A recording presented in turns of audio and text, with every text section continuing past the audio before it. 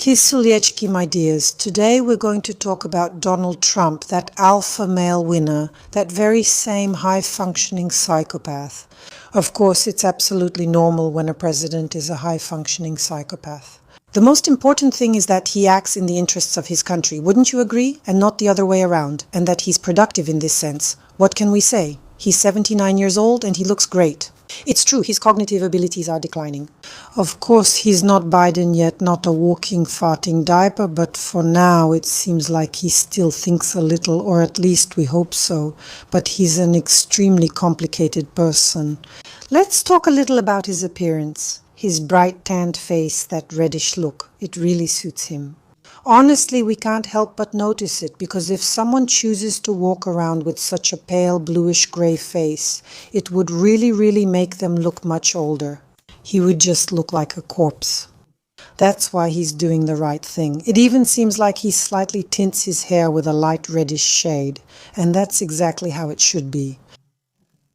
Honestly, hand on heart, I believe that a president should still have some kind of term limit. Well, for example, up to 80 years old, because when a person has already passed that age, they need to remain absolutely clear-minded. It's still difficult. Even if I take very smart men, you see, as soon as they cross that threshold, that's it. Whether he wants it or not, I've observed this in many people. Konchalovsky, Nevzorov, Mikhalkov, well, there are many. I don't remember all of them. I won't go into details. It's clear that it's up to 80. Nevzorov isn't 80 yet, of course, but I can see that everything fades away, that sharpness of mind. Yes, no, maybe I'm being specific, yes or no specifically, so I'm explaining yes and no because it's specific. All right, but that's not what we're talking about right now. We're talking about what this bright and prominent comrade is like, who, notice, evokes extremely polar emotions in people. As a rule, people are divided into those who are for and those who are against.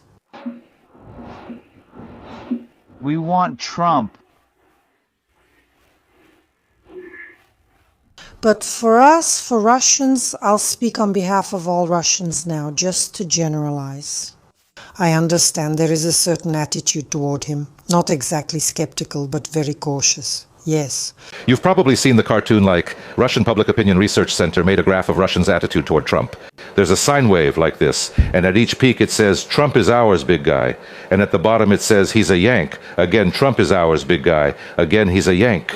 The character is just so ambiguous. Unpredictable, impulsive. Cunning, fast, dangerous, that you can't help but expect some kind of trick from him. And we look at this Trump with a kind of special caution, with a special attitude. Like, well, what about tomorrow? And what about today? Oh, so that's how you are. Well then, go ahead, try it, just try it. So we're kind of sniffing him out, carefully approaching, like we feel both some sympathy and at the same time, yes, a certain kind of caution. Because you have to agree, it's the embodiment of some big predator, like a lion. It's important for me to understand what's happening with my body based on facts, not just assume it's fine. Why do I react this way to food, to physical activity? What are my real health risks? Not just guessing like everyone in my family was like this. Plus, I've always been interested in my origins, who my ancestors were, and what of that is actually in me, and what are just family stories. That's why I paid attention to the DNA test from Genetech. It's a medical, high-tech company. They've been working in genetics since 2010, collaborating with research centers and laboratories. Their tests are done on Illumina equipment, which is the global standard, with accuracy over 99.9%. I'm talking about their DNA test, the genetic passport. It gives a pretty comprehensive picture of your ancestry, genetic health risks, nutritional traits, predisposition to certain types of physical activity, cognitive features, and personality traits. There's also a separate doctor consultation to explain the results instead of just giving you a report to interpret alone. What matters to me here?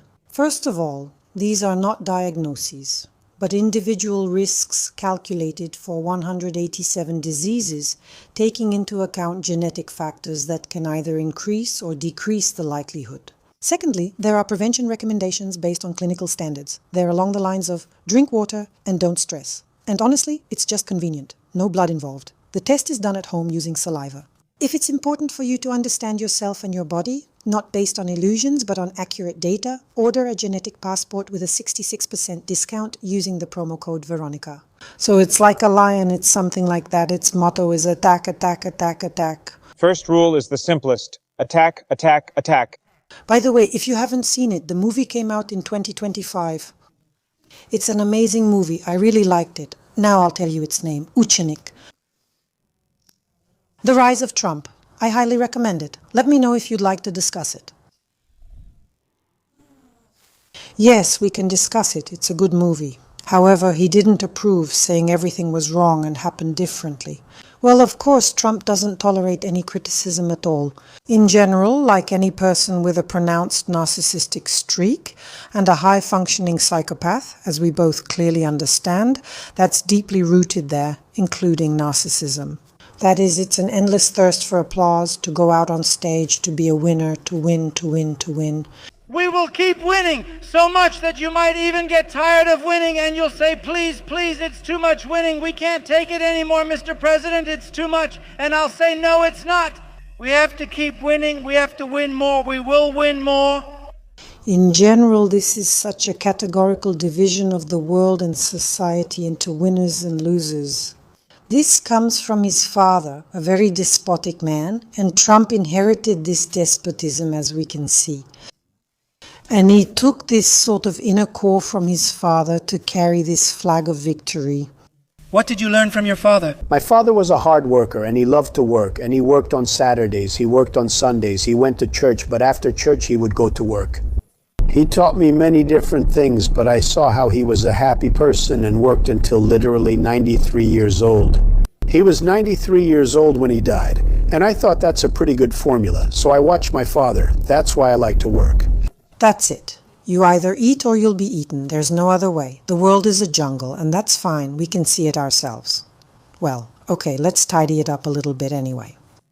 The man is quite charismatic, with an incredible sense of humor, quick thinking, dominant, authoritative, with such a thirst for reform. My message is that things need to change, and they need to change right now. Sometimes he doesn't control what he says. If Ivanka weren't my daughter, maybe I would kiss her.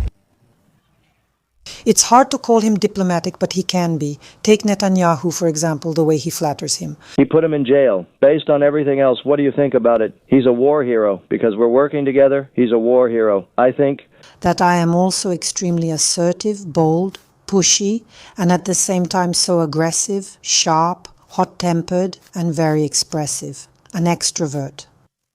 He knows how to be a friend, loves women, but at the same time he's a sexist. I naturally attract beautiful women and just start kissing them like a magnet.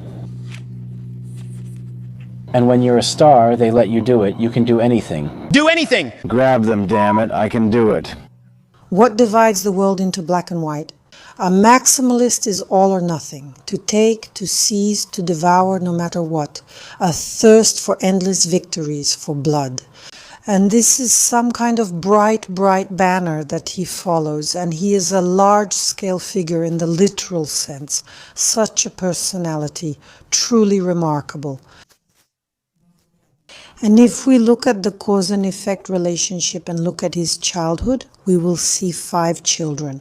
In a family with a puritanical conservative upbringing, where there was a very strict father and a rather cold, distant mother, these 5 children fought for attention and parental love. Dad, I will win, I will win, I will win the competitions. And when Dad would humiliate the older brother, yes, in front of everyone, in front of Donald, saying he was ashamed that his son was a bus driver with wings, that's what he called a pilot, yes, while we always respected pilots. For us, he wasn't just some ordinary person. How could you get into a huge airplane, lift it into the sky? You have to understand there are so many different complex parts involved. And he called him a bus driver with wings. I'm ashamed to say that my son embarrasses me like this. And it's as if Donald is saying, Daddy, Daddy, I won't embarrass you. I will win these competitions. I will be the winner. You will love me. You will acknowledge me. Yes, so he created that very competition among all 5 of those children. And for Trump, it became painfully ingrained, you have to agree, meaning it was internalized no matter what. Yes, to tear apart your opponent, as if the whole world is nothing but rivals. I really have to bring home some kind of trophy, show it to my dad and say, Dad, look, I did great. His dad sent him to school as a teenager, yes, to the military academy, where Trump once again proved that he could do it, that he would succeed, that he was the strongest, the smartest, the bravest, an invincible person, an extraordinary workaholic, sleeping only 5-6 hours a day. It's just incredible. And yet, here's a man who's almost 80 years old, yes, 79. There's a McDonald's on his private plane, which I would really love to try, by the way, because I'm sure it's the most delicious McDonald's in the world, since I love McDonald's. Well, it's practically my favorite restaurant if it's super tasty, and it's rarely super tasty. By the way, it was the most delicious in Russia and also quite tasty in China, but not everywhere. China is big, and there are some places where it's a bit dry. So Trump's favorite food is McDonald's, and he even has his own McDonald's on his private plane. He drinks Diet Coke, and that's the only thing he drinks. How is his stomach still alive? And why? Why hasn't he died yet? That's what everyone around him wonders. It's true, that's how American he is. Honestly, when I see Americans who come to Cancun for vacation and ignore Mexican cuisine, which is actually one of the most delicious in the world, I think they don't want to try burritos, tacos, nachos, nothing at all. They just go to their burger station and eat that basic food. Well, okay, here are my favorite kitties. I mean, yes, I love McDonald's, but it's impossible to eat it every day. Well, admit it. Maybe for him it's possible, but that means he doesn't have any bad habits. I'm just saying I don't drink. Honestly, I've never had beer in my life. Okay, that's one of my few good traits. I don't drink. Whenever they're looking for something good, I say I've never had alcohol. I've never had alcohol just, for some reason. Can you imagine if I drank, what a mess I would be? I would be the worst in the world. But I've never drunk, okay? We have a good one. Doesn't drink or smoke. I don't like my mind feeling weakened, something like that. I don't want to be slow. I don't want to lose control, because a person with this kind of thirst, not just for power, but to control everything and everyone. So what's dangerous about alcohol? That I'll relax? Yes, God forbid, and to spend 79 years in endless tension, in a state of constant stress, and in such a dominant position. If you look at him during negotiations, his posture is just like a boss. He sits like this, hands in his pants, hands on his knees like that. And he pushes his torso forward, showing his conversation partner, or his colleagues, so to speak, that he's about to attack them. A chameleon can definitely adapt to its surroundings. Again, this is especially evident, at least in his relations with Israel. I don't think he bends over backwards like that anywhere else. Correct me if I'm wrong, but everywhere else he acts like the boss, like, Daddy's here and now you're all going to do as I say. And he behaves in such a brazen, shameless way, pushing everyone aside with his elbows, barging ahead with his smug face, not caring about anyone, just showing off. Look at me, who's in charge here? I'm the leader, I'm number one, I'm the big boss here. So the sexist womanizer really loves women. And yes, he actually has a lot of women. Right now, there are all these arguments about Epstein, the list, whether he was there and how many times, or if he wasn't, or whatever. Well, we'll see. Time will tell. So to speak, at least gradually, we're learning more and more of the most horrifying details of this case. Let's talk a little about Melania. I really like this woman. She also has something predatory about her. And of course, they're a match for each other, and all sorts of rumors surround them. That he took her almost as if formally, nominally, just so she could accompany him somewhere and look good by his side. No, of course not. Admit it. If he just needed a wife for public appearances, he would have chosen someone more proper, intellectual, someone without any baggage or a questionable past. But definitely not Melania. No, this is crazy love. For the rest of his life. Why? For the rest of his life, because he was already a grown man. When they met, there was almost a 30-year age difference between them, and she was a young woman, so naturally he just went crazy for her. And notice in a way she has him wrapped around her finger. She can embarrass him. Well, embarrass him in a way, like not taking his hand. Of course, not like Macron. She hits him. Well, not really, no, she doesn't hit him, but he is still a little afraid of her. He is crazy about this Melania, and she treats him with such tolerance. I mean, of course, she stretches the truth a bit when she gives interviews. We have such chemistry. I love him so much, and we have such a good time together. Had a great chemistry the first time. We've had great chemistry ever since. What kind of chemistry could they possibly have? The person is 79 years old. What kind of chemistry are we even talking about here? There hasn't been any chemistry for decades. That's why you can clearly see the pragmatic, predatory, analytical look in this woman, Melania. Well, she's a striking lady, of course, and he feeds off her in this relationship. Yes, I admit that they sleep in different bedrooms on different floors because he's a very complicated man. Well, it's hard to coexist in the same space with such a consuming dominant person. I mean, it's hard not to be afraid of him. He has so much despotism, brazenness, scale and presence in him. His energy is so strong. He's like a radiating star. He's the highlight of the show. Of course, at home he's a completely different person. 100% at home he can be a tired, gentle kitty, but it's hard for him to hide his true nature very deep. So you can still see a certain unruliness in him. It's like he could burp, fart, relax, and not care about anyone at all. There's just something like that about him.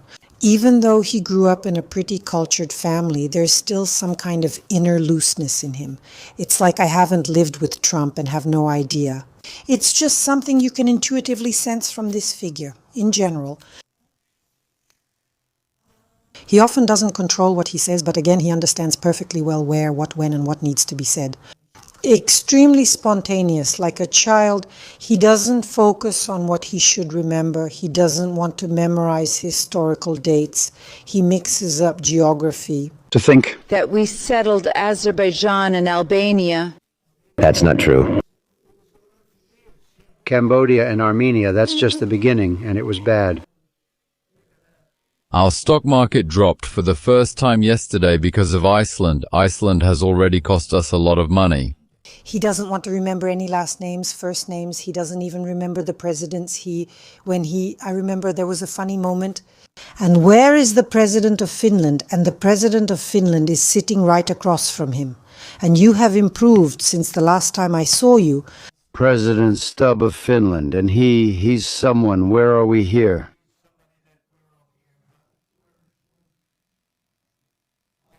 Oh, you look better than I've ever seen you. That means he doesn't keep it in his head, and that's exactly the right thing to do. He clearly understands what needs to be remembered and what doesn't have to be. That's the mindset of a politician businessman. It's a good combination, quite powerful, as you can ultimately see from his effective strategy.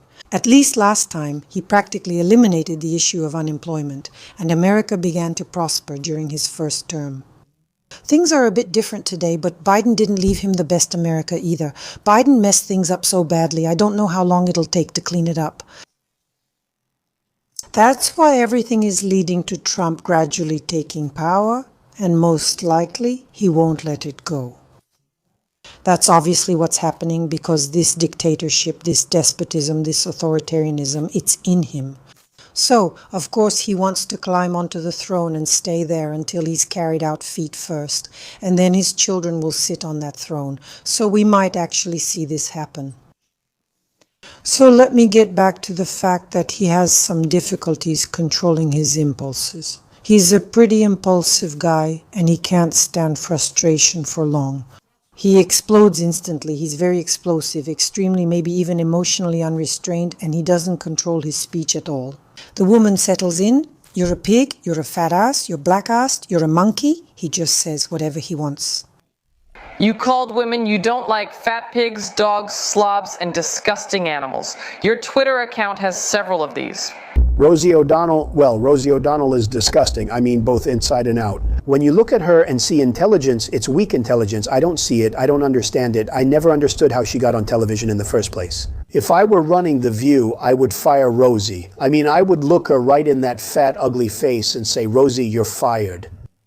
That's it. There's no control. Well, not always. As soon as he sees a face where, something needs to be established and settled, that's it. He can, of course, control himself, but on the other hand, that's his charm, that's his flavor, his essence, and his strength. And that's why people either love him or don't love him. Why are people divided? Why is he in fact president for the second time? Because if he weren't so emotional, so spontaneous, if he didn't say everything he thinks instantly, well, he wouldn't be among the winners. But despite everything, he goes forward and breaks through any armor, any wall. So yes, an extremely lively, vital, limitless amount of inner strength and energy. I honestly envy people like that. When I look at them, I think, God, why am I twice as young and I don't have that kind of strength? Why? Why? I often look at Soviet women, at my mom, women of that old school, and I think, how is it possible? Where do they get such strength from? Well, okay, Trump at least had a piece of meat, but my mom, well, these are people from the Soviet Union. But they had nothing except some watery cabbage soup and a miserable little bar, or black bread, yet they were so strong. By the way, write in the comments why you think that is. And about Trump, what do you think of him? What do you think of him further? What else can we say? He's a slippery type, of course, yes. He can be a bit deceitful. He can change everything instantly. Today he tells you one thing, tomorrow another, and the day after tomorrow something else. But honestly, that's typical of almost all politicians. That's why they're politicians. They twist and turn however they need to, wherever they need to. It's all extremely, well, it's such a dirty game, this politics. It's all so complicated. And even today I look at all these opposition members, liberals, who have left the country. I see that they are disappointed because they started to really look into what's happening, what's the background.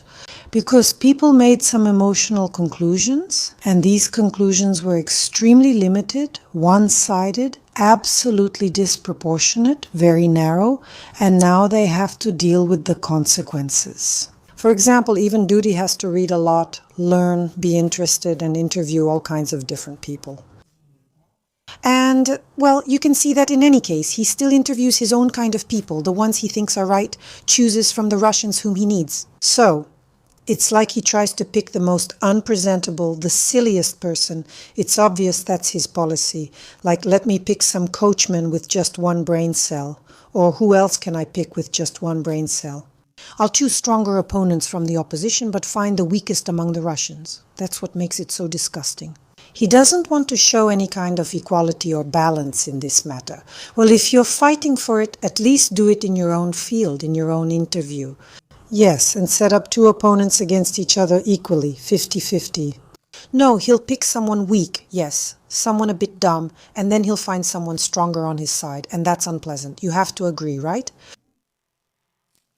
Okay, good. What else did we say? Where do I want to go? What else? Someone whose mood influences everyone. If Dad's happy, so is everyone else. If he's in a bad mood or not feeling well, everyone has a rough day. That's how it feels. Although, again, I'll repeat myself. At home he can be quiet, like a ginger cat, calm. He can get so tired that he just lies there like this and only his eyebrow twitches nervously, but otherwise, no. He's a very stress-resistant guy. I think you can see that. Yes, his armor is so strong, it's actually kind of scary. You'd think, how is that even possible? And he was actually on the verge of going to prison, and honestly, like Nikolai Sarkozy, he would have just gone to prison in those handcuffs, sat down, and served his time. Because it's as if he's a high-functioning psychopath, craving power, and he wants to write this into the book of his life. That I've been through everything. I went to the military academy, and I was president there twice, and I served time in prison. And so that the ancestors would remember their grandfather, great-grandfather, like he was, like Napoleon rose to power, yes, accomplished such feats. He was a true reformer. By the way, he's the fourth child in the family. Subtitles. Accordingly, yes, he can be such a dangerous opponent, very much so. He can also be deceitful, lying, and a nasty traitor. He has all the shadowy traits, he really does. And this movie, I understand it was made by liberals, didn't show him in the best light. But I think that's just the tip of the iceberg. Really, In real life, he's even worse. I mean, he's a real demon in the flesh. Although, to be honest, I actually find him likable. I like him. He's pleasant to me, but I can't say that I love Trump. No, I can't say that, but I definitely like this figure. Yes, speaking as a Russian, I'm extremely cautious about him. I understand that he is an unpredictable person, and you can expect absolutely anything from him. But overall, yes, he's quite an interesting character to me. And you write what you think, by the way. What do you think of him in general? Do you find him smart, witty, humorous? Really such a very fast manipulator, a scary manipulator. Yeah, well, I would never go there to lose. I really like this phrase of his. I mean, he understands everything very well. Wonderful. You said if you ran for president, do you think you'd win? I believe I would win. I never go anywhere to lose, especially not my life. Well, again, why? I want to show you that there is a whole world, a whole planet inside him, and you can expect anything from him, including many not so good traits. For example, Mexicans work on construction sites. These Mexicans have worked there their whole lives.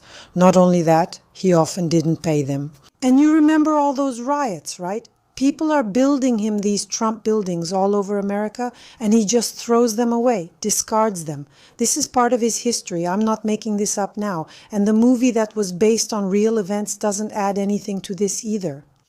Besides that, he deports Mexicans. How can you deport people from America, a country that Mexicans built for you? It's practically half their land. Well, maybe not half, but a lot of it. So 50% of Americans took Mexican land. And, for example, Mexicans who live in Texas, that's their land. So to say they're migrants is unlikely. They're living on their own land, the Mexicans.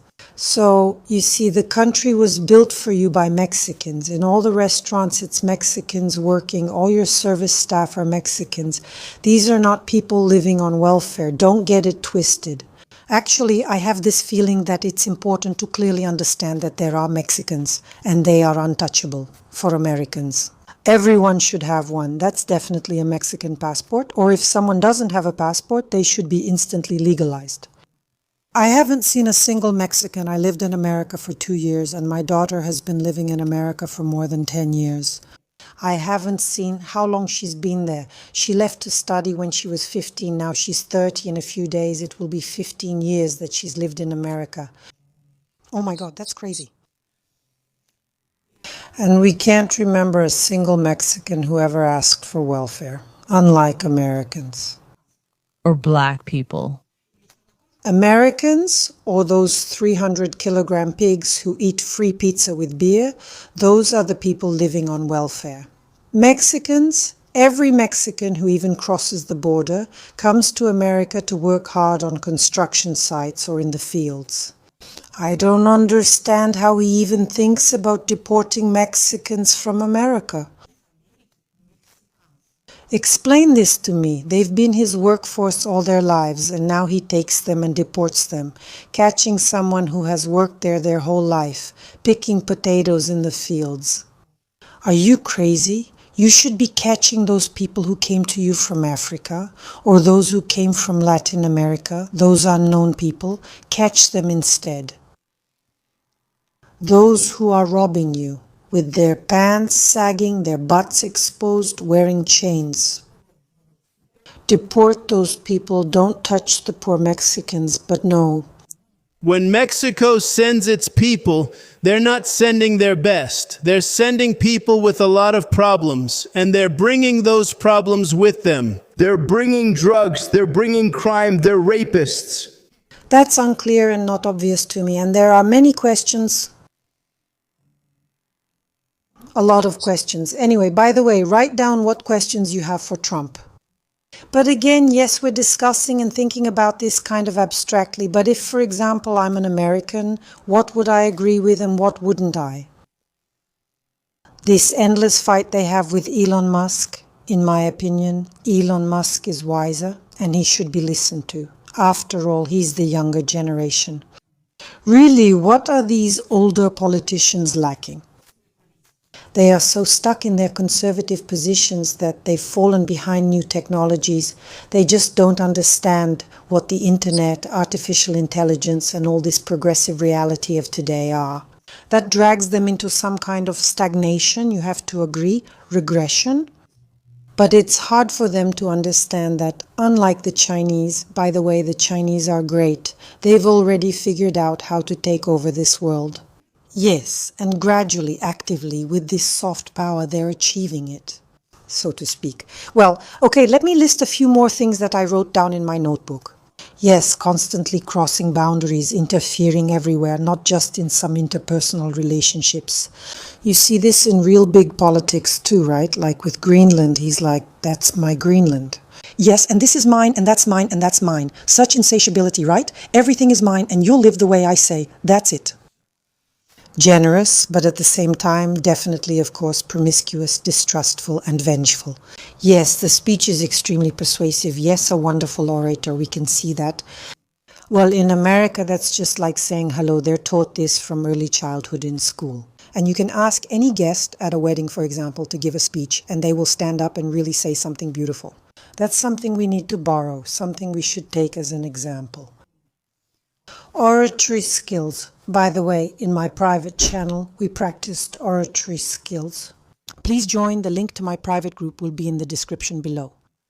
The subscription costs literally just a few cents per month. Yes, it's a very emotional speech.